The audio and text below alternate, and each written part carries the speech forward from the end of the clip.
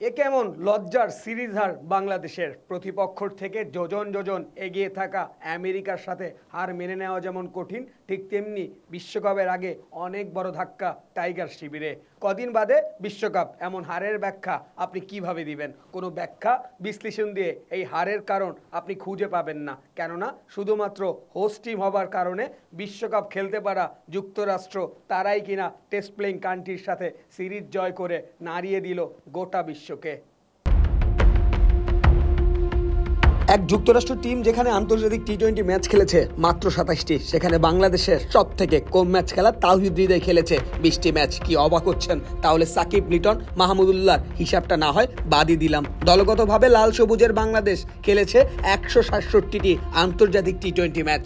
মায়ের দোয়া cricket team নামে খ্যাত টাইগাররা তারপরে বুলি উড়াবে। আজকের ম্যাচ থেকে অনেক কিছু শিখেছি, আগামী ম্যাচে তা কাজে লাগাবো। কিন্তু সেই প্রতিশ্রুতি শুধু প্রতিশ্রুতিতেই থেকে যায়, বাংলাদেশ টিম তাদের অবস্থানই রয়ে যায়।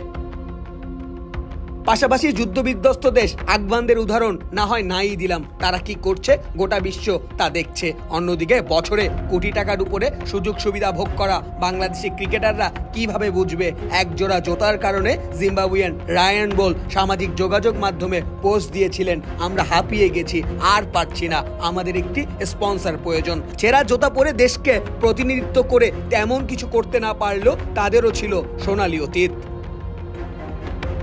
দামি দামি গাড়ি হাঁকিয়ে মিরপুরে অনুশীলনে আসা টাইগাররা ভোগ বিলাসিতায় নিজেদের সঁপে দিয়েছেন, নাকি তারা জন্মগতভাবে না পারার দলে রয়েছে? তাই এখনই সময় এসেছে বিসিবির রুট কিংবা বয়স ভিত্তিক ক্রিকেটকে গুরুত্ব দেওয়া। তারা শুধু প্রতিভাবান হলেই চলবে না, সাথে কঠোর পরিশ্রমী হবার আগে না হেরে যাওয়ার দৃঢ় বিশ্বাস থাকতে হবে।